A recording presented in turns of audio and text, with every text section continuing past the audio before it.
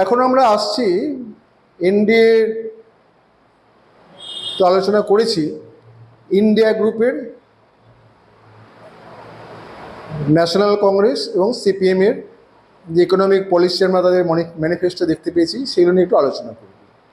একটা হচ্ছে, প্রথম যেটা বলেছিলাম আইডেন্টি বেসড পলিটিক্স, সেটা তো আছে কিছু কিছু পলিসি, যেমন ধরুন কাশ্মীরে 370 যেটা ফিরে আনা, বা সিএএ সেটা বাতিল করে দেওয়া, বা বিভিন্ন রকম যে অ্যান্টি টেররিস্ট ল আছে সেগুলো বাতিল করে দেওয়া, এগুলো একটা ডিরেকশন আছে।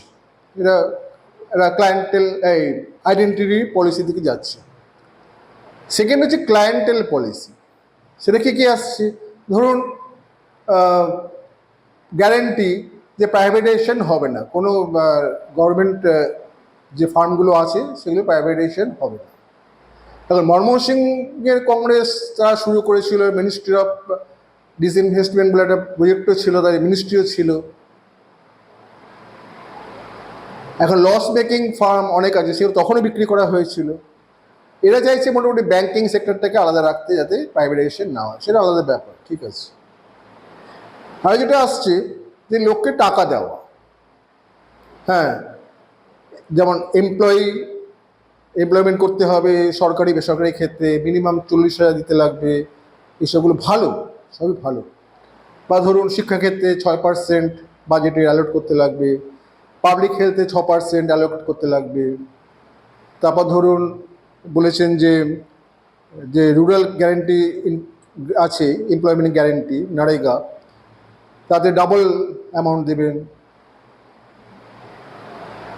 যা পাচ্ছেন এখন তা ডাবল করতে হবে। এখন মানে 239 দেওয়া হয়, ওটাকে ডাবল করে দেবেন। সবই ওই যেটা বলেছিলাম ভোট, যে আম্বানিজি, মুকেশ আম্বানির ছেলে বা তার নিজের বা তার বউয়ের ফ্যামিলিতে যে 5 জন মেম্বার থাকে, 5টা ভোটই আছে। আবার রামা কৈবর্ত, তার ফ্যামিলি যদি 5 জন থাকে অ্যাডাল্ট, তাদেরও 5টা ভোটই আছে। সুতরাং ইলেকশন বাজারে সবই সমান, কিন্তু এই শ্রেণীটা বেশি, ফলে এদের কাছে কি করে অ্যাপিল করা যায়। মিস্টার রাহুল গান্ধী বলেছেন যে 1 লক্ষ টাকা করে দেবেন বছরে ফ্যামিলিতে যারা গরিব। এখন নিশ্চয়ই দেশে যদি পপুলেশন কত হবে, 140 কোটি হবে, তার 40% যদি আমরা ধরি দরিদ্র সীমার নিচে, তাহলে কত হচ্ছে 40% 140, প্রায় 56 কোটি টাকা, কোটি লোক। যদি 5 জন করে সদস্য ধরে একটা ফ্যামিলিতে গরিব, এবার 10 কোটি লোক। দেশে 10 কোটি লোক ফ্যামিলিকে উনি একবারে 1 লাখ টাকাও দেবেন না, অর্থাৎ প্রথম বছরে 1 লাখ ফ্যামিলিকে তুলেন। যে 1 লাখ ফ্যামিলিকে দিলেন, অন্যরা মানে সোশ্যাল একটা আনরেস্ট তৈরি হবে, কারণ 1 লাখ টাকা করে কে ছাড়বে।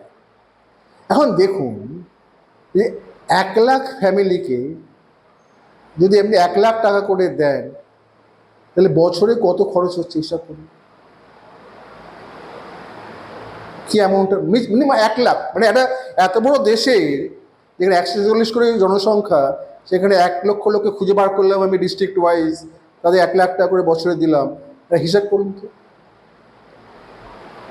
বা এই যে নরেগা বলছে ডাবল করে দেবো, কী পরিমাণ টাকা লোকের হাতে আসবে, অত পরিমাণ মানে মুদ্রাস্ফীতির উপরে এফেক্ট করতে পড়বে, টাকাগুলো আসবে কোথা থেকে।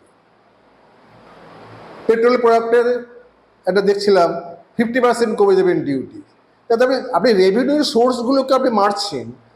হ্যাঁ, জিএসটি কমিয়ে দেবেন বলছেন, সবই ভালো কথা, তাহলে রেভিনিউ কমে যাচ্ছে, আর খরচের বেলায় আপনি একেবারে সে গৌরী সেন হয়ে যাচ্ছেন, লাখে টাকা দেবে গৌরী সেন।